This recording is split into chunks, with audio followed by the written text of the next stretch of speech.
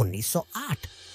एक गरीब जर्नलिस्ट, जेब में पैसे नहीं, फ्यूचर की कोई गारंटी नहीं, और सामने बैठा था दुनिया का सबसे अमीर आदमी। उस आदमी ने उसे एक ऑफर दिया। कोई सैलरी नहीं, कोई सिक्योरिटी नहीं, सिर्फ एक मिशन। 20 साल लगाओ, 500 सक्सेसफुल लोगों से मिलो और दुनिया को सक्सेस का असली सीक्रेट बताओ। ज्यादातर लोग मना कर देते, लेकिन उस दिन एक फैसला लिया गया जिसने करोड़ों लोगों की जिंदगी बदल दी। उस जर्नलिस्ट का नाम था नेपोलियन हिल, और उस बुक का नाम थिंक एंड ग्रो रिच।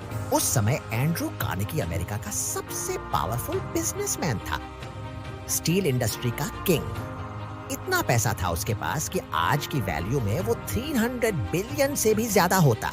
जब नेपोलियन हिल उसके ऑफिस पहुंचा, उसके हाथ कांप रहे थे। वो सिर्फ इंटरव्यू लेने आया था, लेकिन कार्नेगी ने उसे देखकर पूछा, क्या तुम दुनिया के लिए एक काम करोगे? हिल ने पूछा, कैसा काम? कार्नेगी बोला, मैं चाहता हूं तुम दुनिया के सबसे सक्सेसफुल लोगों से मिलो। Henry Ford, Thomas Edison, Theodore Roosevelt.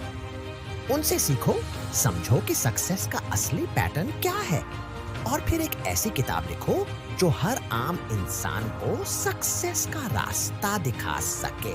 Napoleon Hill ने एक सवाल पूछा, और इसके पैसे? कार्नेगी मुस्कुराया, कोई पैसे नहीं, यही तुम्हारा टेस्ट है।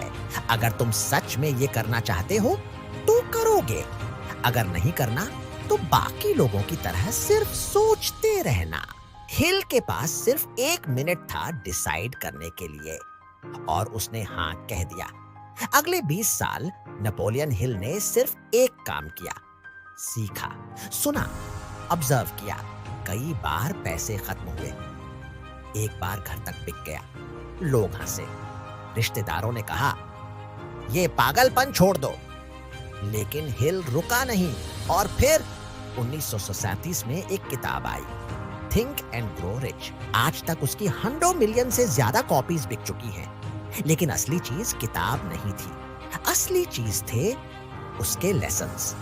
नेपोलियन हिल कहते हैं, हर बड़ी अचीवमेंट की शुरुआत एक बर्निंग डिजायर से होती है, सिर्फ विश से नहीं, क्योंकि विश बोलती है काश ऐसा हो जाए, लेकिन डिजायर बोलती है जब तक नहीं होगा मैं रुकूंगा नहीं। थॉमस एडिसन 10,000 बार फेल हुआ, फिर भी रुका नहीं, क्योंकि उसके लिए वो ऑब्सेशन था। दूसरा लेसन, फेथ। और इसका मतलब ब्लाइंड होप नहीं है, इसका मतलब है खुद पर ऐसा बिलीफ जो मुश्किल आने पर भी टूटे नहीं। हिल कहते हैं, तुम्हारा ब्रेन वही चीजें नोटिस करता है जिन पर तुम बार बार फोकस करते हो। अगर तुम रोज सोचोगे मैं नहीं कर सकता, तो ब्रेन तुम्हें रीजंस देगा कि क्यों नहीं कर सकते। लेकिन अगर तुम सोचोगे मुश्किल है पर पॉसिबल है, तो वही ब्रेन सॉल्यूशंस ढूंढना शुरू कर देगा। जो बातें तुम रोज खुद से कहते हो, धीरे धीरे वही तुम्हारी आइडेंटिटी बन जाती है। हिल कहते हैं, अपने गोल सिर्फ सोचो मत, उन्हें लिखो, बोलो, फील करो, क्योंकि सबकॉन्शियस माइंड डायरेक्शन के बिना काम नहीं करता। हर चीज थोड़ी थोड़ी जानना तुम्हें एवरेज बनाता है, लेकिन एक चीज में डीप मास्टरी तुम्हें वैल्यूएबल बनाती है। दुनिया स्पेशलिस्ट्स को पे करती है, जनरलिस्ट्स को नहीं। कोई भी ट्रूली सक्सेसफुल इंसान अकेला नहीं होता। एंड्रू कार्नेगी के पास टीम थी, स्टीव जॉब्स के पास टीम थी। हिल कहते हैं, तुम उन 5 लोगों का एवरेज हो जिनके साथ तुम सबसे ज्यादा टाइम स्पेंड करते हो। तो ध्यान से चुनो, तुम्हारे आसपास कौन है? तुम्हारा कॉन्शियस माइंड सिर्फ 5% है, बाकी 95% सबकॉन्शियस, और वही क्वाइटली तुम्हारी जिंदगी चला रहा है। जो तुम बार बार सोचते हो, फील करते हो, बिलीव करते हो, धीरे धीरे वही तुम्हारी रियलिटी बनता जाता है।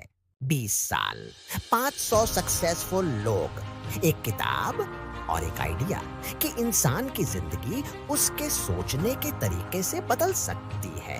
नेपोलियन हिल ने लिखा था, जो कुछ भी इंसान का माइंड कंसीव कर सकता है और बिलीव कर सकता है, वो उसे अचीव भी कर सकता है।